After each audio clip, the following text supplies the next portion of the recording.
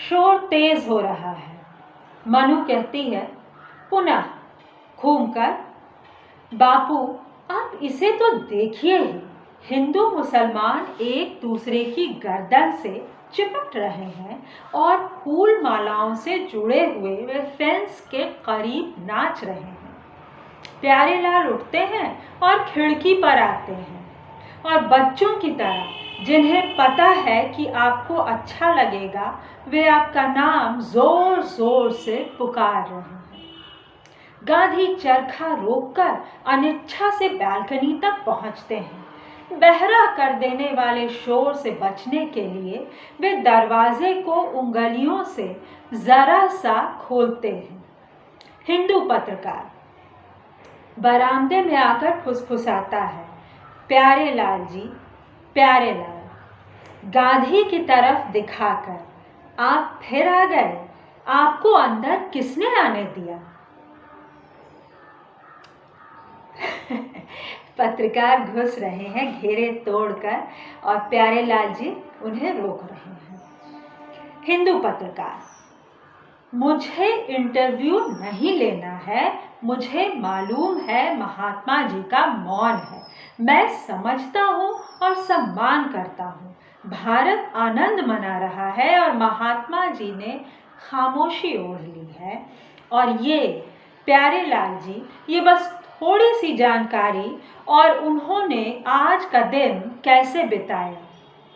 प्यारेलाल, उन्होंने खाया कुछ नहीं, सिर्फ फल का रस पिया, सुबह 6 बजे से तीसरे पहर तक मौन रखा, बांग्ला का पाठ पूरा किया, नोआखाली में ही यह भाषा सीखना शुरू कर दिया था। यह भाषा की गांधी की विशेष निष्ठा दिखाई जा रही है। कुछ खतों का जवाब लिखवाया और बहुत सारे पत्रकारों को लौटा दिया। हिंदू पत्रकार, सचमुच बहुत बहुत शुक्रिया, आपने मुझ पर बड़ी मेहरबानी की है। बाहर जो हो रहा है उसके ब्यौरे के साथ मेरा संपादक जरूर संतुष्ट होगा, मगर यह बताइए कहीं वे बीबीसी को तो कोई बयान नहीं दे देंगे, उससे हिंदुओं की हेठी होगी। गांधी दरवाजे से लौटकर चरखे के पास जा बैठते हैं। बीबीसी का रिपोर्टर आता है। BBC reporter, mister Gandhi please, सिर्फ 3 शब्द बीबीसी के लिए। हिंदू पत्रकार जो है वो चिंतित ये है कि वो बीबीसी के रिपोर्टर को बयान न दे दें और वो रह जाए। गांधी मुंह पर उंगली रखते हुए, वो चुप है, वो अंग्रेजी बोलना भूल गया है।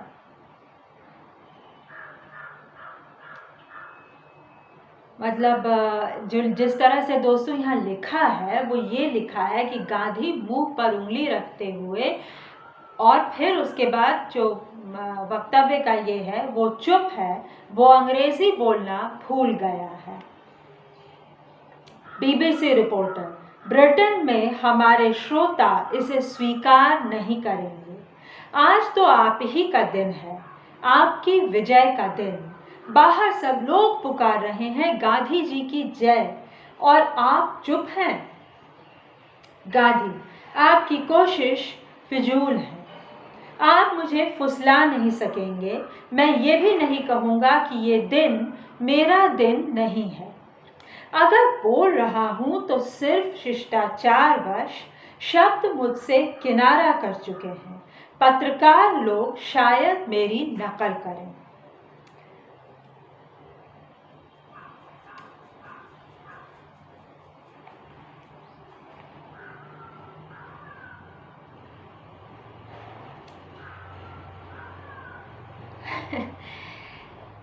गहरे दुख में है गांधी, शब्द मुझसे किनारा कर चुके हैं।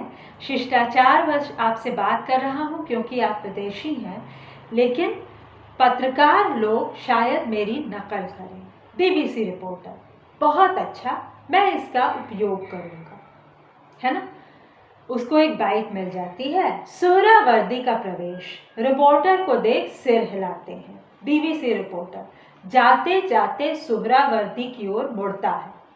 सुहरावर्दी साहब, बदकिस्मती से आपके हुक्म को चकमा देना बेकार गया। मेहरबानी करके अपने कारिंदों में किसी को गुनहगार न ठहराएं। सुहरावर्दी, गांधी जी माफ कीजिएगा, लगता है हमारे कारिंदे भी भीड़ से चकरा गए। हालांकि क्या पता उनकी हथेलियां ही आदतन गुनहगार हों और उनकी मुट्ठी में रखे रुपयों ने उनकी नजरें पलट दी हों। गांधी, आप एक निहायत नफीस मेजबान हैं सुहरावर्दी साहब। हम तो मानो किसी गैबी बेड़े में आपकी मेहमान नवाजी पर तैर रहे हैं। सुहरावर्दी, मुकद्दर सपने जैसी चीजें गढ़ रहा है। कौन कह सकता था कि महात्मा जी हिंदुस्तान की आज़ादी का जश्न मेरी छत के नीचे मनाएंगे, और मैं जो अभी हाल तक बंगाल का प्रधानमंत्री था, खुद आपके घर में, अपने घर में मेहमान हो जाऊंगा। आज़ादी के दिन हिंदू मुसलमान मालाएं फेर रहे हैं। रिपोर्टर गांधी से बाइट चाहते हैं। गांधी ने बीबीसी वाले से तो कहा है, और शायद यही कहा है कि जो बाइट मैंने बीबीसी को दी है वो सबको दे दी जाए, है ना। और अब वो सुहरावर्दी जी से कह रहे हैं, आप जैसे इंसान अगर यूनियन के भीतर बेघर होने का एहसास करें तो इससे बढ़कर दुखदाई दुनिया में कुछ नहीं हो सकता। महज इसलिए कि हिंदुस्तान को एक सेब की तरह दो भाग काट दिया गया और उसका बीज भाग कलकत्ता हमारे हिस्से में आ गिरा। सुहरावर्दी, मुकद्दर की लकीरों में भी अल्लाह के हरूफ पढ़ने की कोशिश हमें करनी चाहिए, और अगर सोचने लगें तो ये समझना कोई मुश्किल नहीं है कि आपको 15 अगस्त का इंतज़ार बेलिया घाट के मेरे इस बंगले में क्यों करना पड़ा। गांधी, क्योंकि कलकत्ता हमेशा ही प्रचंड लपटों का गढ़ रहा है।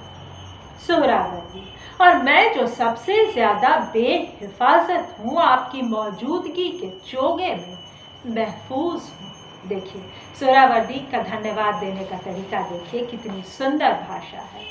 उर्दू वैसे भी एक बहुत नफीस और महीन भाषा है। हर भाषा का अपना सौंदर्य है। जो हिंदी से प्रेम करते हैं उनको भी उर्दू से भी प्यार होता है। मेरे जैसे लोगों ने जिन्होंने बाकायदा उर्दू की तालीम नहीं ली है, आजकल गालिब अकेडमी में उर्दू सिखाने की बड़ी मुहिम है। गांधी, बाहर की तरफ इशारा करके, मगर शायद ये चोगा उतना ज़रूरी नहीं था। हत्यारे फूल मालाएं पहने हुए हैं। कम से कम ये इसी यहाँ पे मिशेल फूको का कथन याद आता है कि नॉलेज इज़ पावर। कम से कम जानना चाहिए कि फूल मालाएं किन्होंने पहनी हैं, और शायद ये नॉलेज इज़ पावर के संदर्भ में ये बहुत ज़रूरी बात है कि हम क्या जानते हैं। जैसे हमारे यहाँ शायद आज इलेक्शन है। जिन्होंने आज मेरी एक किताब ख़रीदी है वो मुझसे पूछ रहे थे कि आपके शहर में आज इलेक्शन है, तो मैंने कहा कि शायद, मुझे तो पता नहीं। तो दोस्तों, जब आलम ये हो कि आपकी गली में 4 महीने से पानी हो और आपको सांप और छछूंदर में चुनना हो, तो आप किसे चुनेंगे। हत्यारे फूल मालाएं पहने हुए हैं। फिर वही बात है, समय बिल्कुल नहीं बदला। सुहरावर्दी, गांधी जी, खुशी बहुत सफाई कर देती है। आदमी का सैकड़ों बरस का गंध घंटे भर में धुल सकता है। गांधी, मगर क्यों? क्या इसलिए कि यह इंसान की फितरत की गहराइयों से उभरी है? मैं त्रिपुरा, नोआखाली, बिहार गया, लेकिन अमन चैन के कुछ थिगड़े ही चस्पा कर सका। वायसराय से, लीग से, कांग्रेस से, सभी से मैंने मशवरा किया, मगर हम सबकी भारत माँ का अंग भंग नहीं रुकवा सका। और अब खुशी का ये दिन आया है जिसने समूचे उपमहाद्वीप को लबालब कर दिया है। मानो परी कथाओं की गोद ने परस्पर ऐंठे हुए लोगों को एक दूसरे से जोड़ दिया है। कल के हत्यारे अब खुद ब खुद गले लग रहे हैं और भाईचारा शुरू हो रहा है। दोस्तों, खुशी मनाना सबसे आसान है। ये बात मैं कह रही हूँ ये जानते हुए कि ये एक लोडेड स्टेटमेंट है, और खुशी के समय भी बहुत से लोग ऐसा मातम करते हैं, गांधी जैसा नहीं। उनके लिए जो कत्ल हो गए, मासूम बच्चियाँ कत्ल हो गई बलात्कार के बाद, उनकी बात नहीं। लेकिन खुशी के मौसम में मातम इस तरह कि प्रेम विवाह में बहुत से लोग मतलब न केवल मातम करते हैं बल्कि ऑनर किलिंग कर देते हैं, या इतना कन्फ्यूजन क्रिएट करते हैं कि वो एक मातम का दृश्य हो जाता है। ऐसा भी होता है। हंसने की बात इसलिए कि मतलब लोगों के पास टॉलरेंस, जिसे हम उदारवादी दृष्टि कह रहे हैं, उसकी कमी है। फिलहाल ये अच्छी बात है कि वो खुशी मना रहे हैं। फिर भी मैं कहती हूँ कि खुशी मनाना आसान है, खुशी में शरीक हो जाना आसान है। खुशी के मौके पर एक कदम पीछे रुककर उनको याद करना जो एक नाइंसाफी का शिकार हुए और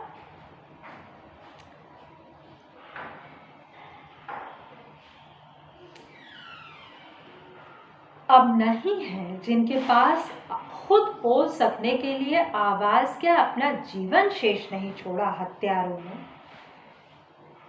उनके फूल मालाएं पहनने पे हम कैसे खुशियां मना सकते हैं। फिर भी होता ये है कि हम जानते हैं कि इलेक्शन में हत्याएं हुई हैं, हम फिर भी जीत पर, मतलब मैं तो किसी पार्टी को सपोर्ट नहीं करती, लेकिन एक खुशी का माहौल होता है, उसमें शामिल होना आसान होता है जब तक कि बहुत वो ना हो।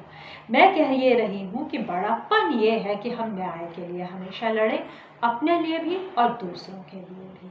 वो जो है ना कि दूसरों की जय से पहले खुद को जय करें, उसमें ये भी निहित है, उसमें ये भी निहित है कि अपनी जय का क्या अर्थ है।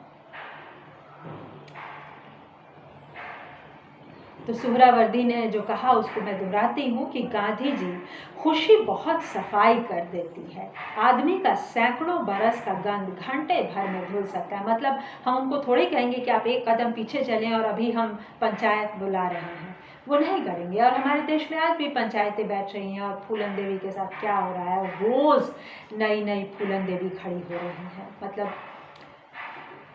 खड़ी हो रही है का मतलब फूलन देवी जैसी शख्सियत हर किसी की नहीं होती। लोग मार दिए जाते हैं, लड़कियां मारी जा रही हैं हर थोड़े समय के बाद हमारे देश हिंदुस्तान में, आज़ाद हिंदुस्तान में ये हो रहा है। तो जब तक स्त्रियों के ऊपर इतना खतरा है, तब तक एक अकेली स्त्री का तो आज़ाद जीवन जीना ही बिना निगरानी बहुत मुश्किल है। उसको निश्चित रूप से किसी न किसी डोर से बंधना है। गांधी, मगर क्यों? क्या इसलिए कि यह इंसान की फितरत की गहराइयों से उभरी है?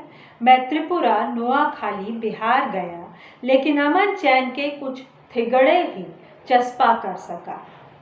वायसराय से, लीग से, कांग्रेस से, सभी से मैंने मशवरा किया, मगर हम सबकी भारत माँ का अंग भंग नहीं रुकवा सका। और अब खुशी का ये दिन आया है जिसने समूचे उपमहाद्वीप को लबालब कर दिया है। मानो परी कथाओं की गोद ने परस्पर ऐठे हुए लोगों को एक दूसरे से जोड़ दिया है।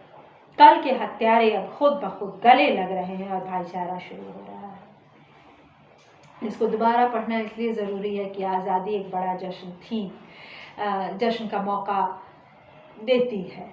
आज़ादी एक बड़ी बात थी, तो उस दिन सब मना रहे हैं, अच्छा है, लेकिन उसकी मतलब खून से रंगी हुई आज़ादी हमें मिली। और हम पहले ही देख चुके हैं कि माउंटबेटन कह रहे हैं कि हमने ये विभाजन नहीं किया, आपने किया। भारतीय इतिहास में ये पढ़ाया जाता है, डिवाइड एंड रूल पॉलिसी ने बहुत तोड़ा सबको। वो कह सकते हैं कि हम तो केवल आइडेंटिफाई करके सेगमेंट कर रहे हैं। तो दोस्तों, इतिहास विमर्श का वर्णन है। आगे देखिए लैज़्लो नेमेथ क्या कहते हैं। महान हंगेरियन उपन्यासकार, लेखक, नाटककार, गांधी के समकालीन लगभग, जिन्होंने ये नाटक लिखा है गांधी की मृत्यु। सुहरावर्दी, इंसान पर आपका इतना गहरा यकीन देखकर मैं हमेशा भौंचक्का हो जाता हूँ। सूरज की तरह आप अपनी ही बेइंतहा छाई की झलक तमाम इंसानों की आत्माओं में देख लेते हैं। गांधी, केन अपने भाई के खिलाफ था, मगर उस द्वेष की धुंध में भी वही दिव्य तत्व मौजूद था। दूर लाउड स्पीकर से अस्पष्ट भर्राई आवाजें। प्यारेलाल, नई दिल्ली में कांग्रेस की रात में बैठक, घोषणा करता हुआ। मनु दौड़ती हुई कमरे में आती है। बापू, जवाहरलाल जी की आवाज। सुहरावर्दी रेडियो की तरफ इशारा करते हैं और कहते हैं, इसे चला देते हैं। सब लोग गांधी की तरफ देखते हैं। मतलब रेडियो गांधी की इजाजत से ही ऑन होगा। सुहरावर्दी, मनु जी नए इंडियन यूनियन का नागरिक नए जन्मे बच्चे की रुलाई सुनना चाहता है। है ना, ये देश तो शैशव काल में ही पहुंचा दिया गया। ऐसा कम से कम भारतीय लोगों का मानना था कि इतना आर्थिक शोषण हुआ, इतना राजनैतिक और सामाजिक शोषण भी हुआ। लेकिन दोस्तों, एक इतिहास की धारा यह भी कहती है कि ये शोषण कहीं ना कहीं कुछ हद तक राजनैतिक और सामाजिक पहले भी हो रहा था। ब्रिटिश की तुलना में कुछ भी नहीं, लेकिन मुगलिया नीति जो थी वो आधुनिक नहीं बन पाई थी। वो बिल्कुल इस देश के थे, वो कहीं पैसा बाहर नहीं भेज रहे थे और धर्म से इसका कोई नाता नहीं है। सिर्फ ये कि बाबर उज़्बेकिस्तान के आसपास के इलाके से आया था, तो इसलिए मुगलिया जो तख्त था। और आप देखते हैं कि सारा भारत उस वक्त बटा हुआ था। औरंगज़ेब की मृत्यु, लास्ट ग्रेट मुगल एम्परर, 1707 में होती है और औरंगज़ेब भी दक्कन से लगातार लड़ाई कर रहा था। सिख साम्राज्य इधर था। तो जो जोक है, हम लगातार उसकी पड़ताल करते हैं कि क्या ये जो इतना बड़ा मैप है, ये एक आधुनिक साम्राज्यवादी हुकूमत ने दोबारा स्थापित किया। पहले था कई राजाओं के तहत, लेकिन वो टूटता बिखरता रहा। क्यों? क्योंकि केंद्र इतना मजबूत कभी नहीं हुआ कि सबको साथ ले चल सके। नेहरू की आवाज़, ये हमारे लिए, पूरे एशिया के लिए, पूरी दुनिया के लिए किस्मत वाला दिन है। एक नया तारा उग रहा है, पूरब में आज़ादी का नया तारा। एक नई उम्मीद पूरी हुई है। एक सपना जो लंबे अरसे से पल रहा था, आज हकीकत बन रहा है। इस दिन हमारा ध्यान सबसे पहले जाता है हमारी आज़ादी के निर्माता की ओर, हमारे राष्ट्र के पिता की ओर, जिन्होंने भारत की प्राचीन आत्मा के अवतार के रूप में आज़ादी की मशाल उठाए रखी और हमारे चारों तरफ स्वर्ग जगमगा उठा। कई बार हम लोग उनके नालायक अनुयायी साबित हुए हैं। गांधी जी उठ जाते हैं, प्यारेलाल रेडियो बंद कर देते हैं। गांधी, सुहरावर्दी साहब, पल भर पहले मैं उसी बात पर विचार कर रहा था जो आपने कही है कि आपने खुद को खुद अपने घर में मेहमान जैसा महसूस किया। आपको क्या लगता है आज के दिन कितने कितने करोड़ लोग इसी तरह बेघर हो गए होंगे? दोनों पंजाब में, बंगाल में, नई दिल्ली से हैदराबाद तक, पूरे इंडियन यूनियन में 5, 10, 20, मुझे गिनती ठीक से नहीं आई, लेकिन मेरे लिए तो एक अकेली इकाई भी, वो चाहे सौंदर्य की हो चाहे विकरालता की, करोड़ों के बराबर है।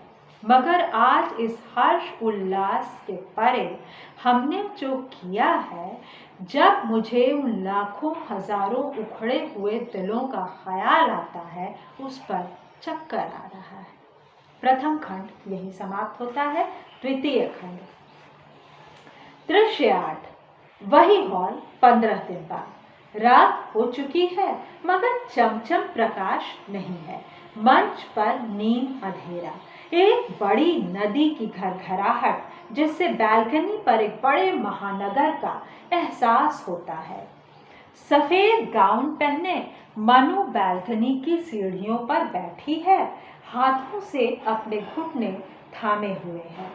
गांधी जी एक घाट पर से उठकर रात की तैयारी करते अपने दांत धो रहे हैं। उन दोनों के बीच चांदनी की एक पट्टी है जिससे मंच प्रकाशित है। मनु, और क्या उन्होंने कभी बगावत नहीं की? गांधी, एक बार की थी, लेकिन उसके बारे में पहले भी एक बार तुम्हें बता चुका हूं। कुल्ला करते हैं। उन दिनों हम जोहानसबर्ग में एक तरह से आधे यूरोपियन ढंग से रहते थे। मेरे कार्यकलापों से उस घर में तब तक कई अजीबो गरीब बाशिंदे आ बसे थे। उन दिनों कमरों में फ्लश सिस्टम नहीं था, इसलिए हम हर एक कमरे में बाल्टी रख देते थे। लेकिन मैंने कह रखा था कि सफाई करने कोई भंगी नहीं आएगा। खुद मैं या कस्तूरबा या दोनों बड़े लड़के उन्हें खाली करते थे। अरे बाप रे दोस्तों, लंच का समय लेकिन सोचिए, अपने घर में ऐसे गेस्ट ले आना और उनसे, अपनी पत्नी से ये अपेक्षा करना कि वो ये करें। यहाँ से मेरा गांधी के साथ का स्त्री विमर्शी पाठ शुरू होता है। कस्तूरबा को यह बात समझ में नहीं आती थी। आखिर मैं 5,000 पाउंड सालाना कमा रहा था और जब कस्तूरबा को एक एजेंट के कमरे की, जो ईसाई था मगर अछूत भी था। और पहले तो दोस्तों हिंदू धर्म में तो मतलब कोई भी दूसरा धर्म अछूत था। तो ये धर्म जो था, जब अंग्रेज आए, वो उस धर्म का बहुत ही विकृत रूप था, जो कि वैदिक समय में एक जीवन शैली की तरह शुरू हुआ। जाति रूढ़ हो चुकी थी, बहुत सी उसमें अथर्ववेद और मतलब अथर्ववेद कह रही हूँ, उसमें काफ़ी जादू टोने की बातें हैं, लेकिन बहुत सी उसमें विकृतियाँ आ गई थी, बहुत सी बातें आ गई थी। पंडितों की पोंगापंथी, जिसे हम ब्राह्मणवाद कह के आज भी लड़ते हैं। ब्राह्मण हो सकता है कि कुछ अर्थ में गरीब और बेचारा भी हो, ब्राह्मणवाद एक अलग बात है। तो अछूत शब्द की मैं व्याख्या कर रही हूँ, जिन्हें गांधी ने हरिजन कहा। और जब कस्तूरबा को एक एजेंट के कमरे की, जो ईसाई था मगर अछूत भी था, मैले से भरी बाल्टी खाली करनी पड़ी तो वह बिफर पड़ी। दोस्तों, मेरे लिए यह सवाल अछूत का नहीं है। मेरे लिए सवाल यहाँ केवल यह है कि हमें यह क्यों, हमें से मेरा मतलब है स्त्री जाति को यह क्यों करना पड़े। मनु, दादी क्या बोली वे? गांधी, कि इससे तो अच्छा है कि वो घर ही छोड़ जाएं। और मैं कहूँगी कि उन्होंने सही कहा, बिल्कुल सही कहा। मनु अवाक पूछ रही है, और दादाजी? गांधी, मैंने उनकी बाँह पकड़ी, घर के सामने बाहर ले गया और बोला, फौरन चली जा। मनु, मैं तो इसकी कल्पना भी नहीं कर सकती। गांधी, उन दिनों मैं ऐसा ही था, जाहिर है वो बेचारी रो पड़ी। तुम अच्छी तरह जानते हो कि इस देश में मेरा कोई भी नहीं है और तुम मुझे निर्दय होकर सड़क पर फेंक दोगे। वैसे उनके बिल्ली जैसे पंजे भी थे उन दिनों। बाहर आवाजें, क्या किसी के चीखने की आवाज आ रही है? मनु, नशेड़ी ही होंगे। गांधी, मुझे ये शहर नहीं सुहाता। ये एक बिल्ले जैसा है, इसकी घुर-घुर के पीछे लगता है हम पर बस हमला करने ही वाला है। मनु, मुझे तो दादी का उस आज्ञाकारी मगर तटस्थ सी मुस्कान के साथ हमारे बीच अपने कर्तव्य पूरे करते रहना अच्छी तरह याद है।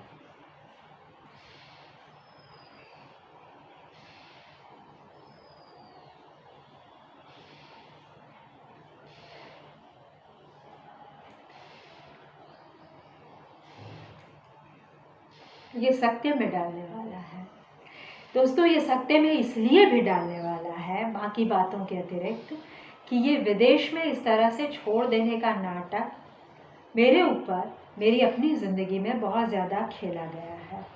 अब उसकी पूरी कथा मेरे उपन्यास में भी आएगी, इधर उधर मैं लिख भी चुकी हूँ, लेकिन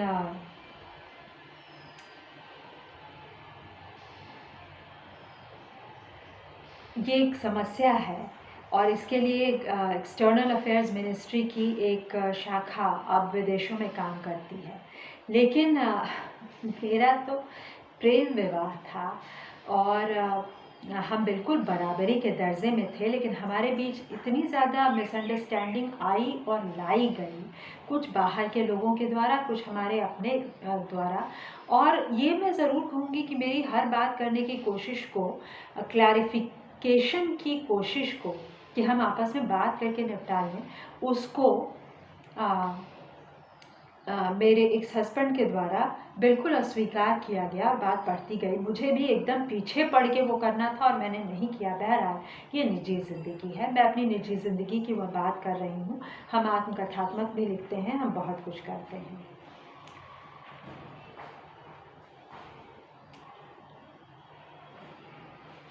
तो आप देखिए, गांधी को वो वक्तव्य मैं फिर से पढ़ती हूँ। उन दिनों मैं ऐसा ही था, जाहिर है वो बेचारी रो पड़ी। तुम अच्छी तरह जानते हो कि इस देश में मेरा कोई भी नहीं है और तुम मुझे निर्दय होकर सड़क पर फेंक दोगे। वैसे उनके बिल्ली जैसे पंजे भी थे उन दिनों। बाहर आवाज़ें, क्या किसी के चीखने की आवाज़ आ रही है? मनु नशेरी ही होंगे, है ना? तो गांधी ने विकल्पों की कमी, कस्तूरबा गांधी ने विकल्पों की कमी की बात की। और दोस्तों, ये मेरी गांधी से शिकायत है और मैंने अपना निजी प्रसंग इसलिए उठाया कि मतलब ये विदेश निकाले की बात इसलिए लाई गई है क्योंकि मतलब वो थोपा गया। मेरी एक कविता है अंग्रेज़ी इस पर, इन जैक्सन मिसिसिपी, कि मतलब ये इतना निर्मित हुआ कि मतलब मेरे एक्स हस्बैंड मुझे छोड़े, जबकि हमारा म्यूचुअल डिसीजन था तलाक का, वहाँ से फाइल किया गया था। यहाँ आकर अच्छा मुझे नौकरी से निकाला डॉम ने, और इस तरह उसने ये डच क्राइसिस बनाई, सो कॉल्ड। मतलब मैं अपनी पूरी कथा नहीं बता रही हूँ, लेकिन अगर आप ध्यान से सुनेंगे टुकड़े टुकड़े में तो समझ जाएंगे। और ये कॉन्फ्रेंस में बहुत ज़्यादा हुआ। एक जर्मन प्रोफेसर डॉम, जिसकी मैं बात कर रही हूँ, वो पीछा कर रहे थे। उनकी इतालवी स्टूडेंट ने आके मतलब पूछना शुरू किया, व्हाट इज़ योर स्टोरी। और मतलब उसके बाद से तो मतलब मेरा काम पीछे हो गया, मेरी स्टोरी आगे हो गई और मत पूछिए।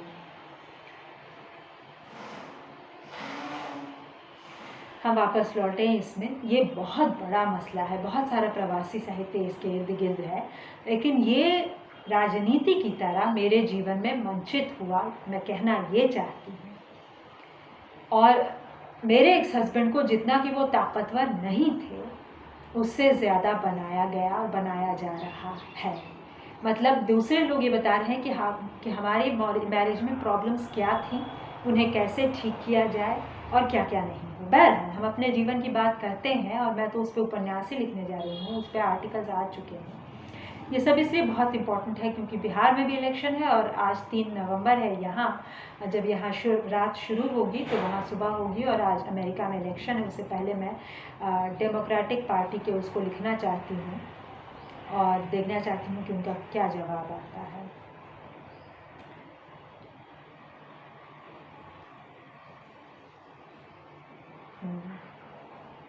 गांधी कहते हैं, कस्तूरबा? हाँ, कस्तूरबा फाउंडेशन पर उस अनपढ़ औरत का नाम यूं तो ही नहीं है। देखिए गांधी की भाषा, वो आजीवन अनपढ़ रही। हमारे वैवाहिक जीवन ने उन्हें सचमुच साध्वी बना दिया, मेरी तरह नहीं जिसको केवल पश्चिम के ही कुछ छैल छबीले लोग साधु पुरुष मानते। मनु पूछती है, साधु पुरुष कौन होता है बापू? गांधी, साधु पुरुष वह है जिसे जीवन में किसी भी चीज का मोह नहीं होता और जो दूसरों के भले के लिए सब कुछ करता रहता है। मनु, लेकिन क्या उनको कोई मोह नहीं था? दादा का भी नहीं। गांधी, अगर वो किसी चीज पर मोह करती तो मैं अपने अविराम स्थान परिवर्तनों से फौरन उसे झटक देता, जैसे मकड़ी के जाले को झाड़ू हटा देती है। वे बस वही कर पाती थी जो मैं और आश्रम उन्हें करने देती। किस नियंत्रण का जीवन है! तो क्या आप गांधी को मर्यादा पुरुषोत्तम राम की तरह मर्यादा पुरुषोत्तम कह सकते हैं? और जब वो मरे तो उन्होंने यही कहा, हे राम, है ना? तो ये आदर्श बहुत भ्रामक है। पत्नी को इस तरह अपने आदर्शों में शामिल करके जबरदस्ती उनसे दूसरों की गंदगी साफ करवाना। मनु, और वे उससे खुश रहती थी। गांधी, खुशी ना खुशी ये शब्द मोह माया के हैं। साधुता में ऐसी कोई श्रेणी नहीं होती। अधिक जोर का शोर जिसमें अलग अलग चीख पुकार। गांधी, शादी की दावत हो चुकी। अभी पखवाड़े भर पहले फेंस के पास वे नाच गा रहे थे और आज प्यारे लाल शहर में गड़बड़ी की खबर लेकर आए हैं। एक मुस्लिम दुकानदार को पीटा गया, उसकी दुकान लूट ली गई। खैर चलो सो जाएं। तभी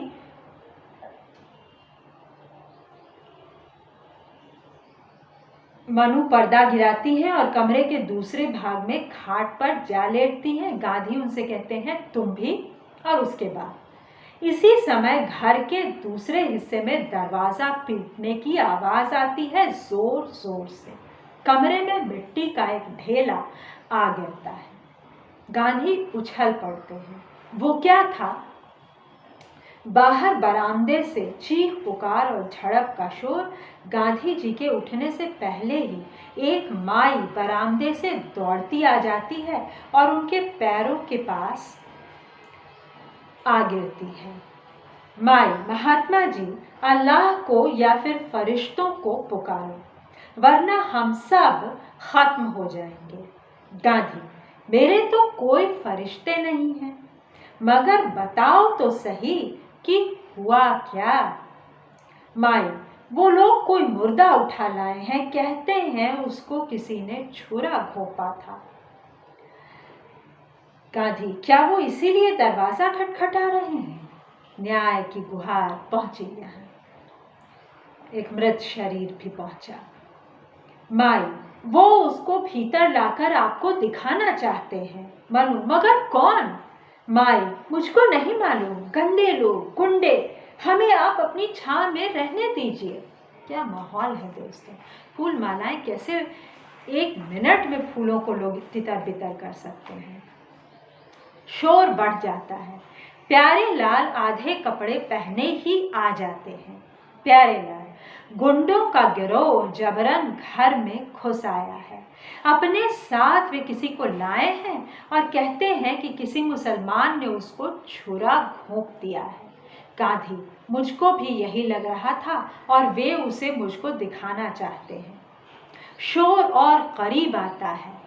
एक आवाज, हाँ हाँ आओ मुसलमानों के रखवाले, इसे देखो, हमारे अपने देश में वो हमसे क्या सुलूक कर रहे हैं। गांधी जी शोर की तरफ बढ़ते हैं, प्यारे लाल उनके पीछे पीछे। गांधी मनु से, जो उनके साथ आना चाहती है, तुम यहीं रुको। वह प्यारे लाल के साथ आगे बढ़ने लगते हैं। माई, अरे कुरान की वो थोड़ी सी आयतें भी मेरी खोपड़ी से निकल गई। गांधी चिल्लाकर, ये सब क्या है? किसी अजनबी घर में आधी रात गए जबरन घुसपैठ। माई कितने जोर से बोलते हैं और देखो तो कितने से हैं। उनके भीतर का फरिश्ता दहाड़ा है। अब तो मुझ में भी दम आ गया। सीढ़ी पर जाकर बाहर झांकती है, फिर वापस दौड़ आती है। उन्होंने लाश पटक दी है और कुछ बता रहे हैं, मगर वो लोग भी अब कुछ डर से गए हैं। गांधी की आवाज़, फौरन घर से निकलो, हम सुबह जांच करेंगे।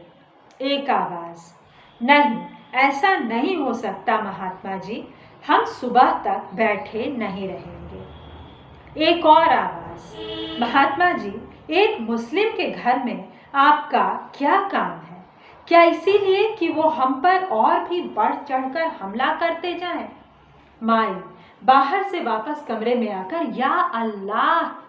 सुहरावर्दी साहब और घर के बाकी लोग महात्मा जी के आगे आकर खड़े हो गए हैं। चीखती है अल्लाह अकबर और घर के भीतर भाग जाती है। मनु उसका हाथ थामती है।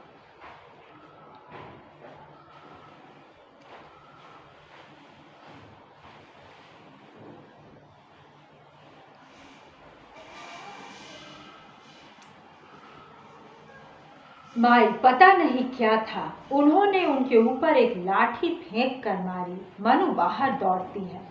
इसी वक्त सड़क पर जोर जोर से हूटिंग सुन पड़ती है। माई अब अकेली है, ये क्या है? अल्लाह ने अपने फरिश्ते भेज दिए, देखो क्या, या कहीं छिप रहूं? लौटी हुई मनु से पूछती है, क्या हुआ है?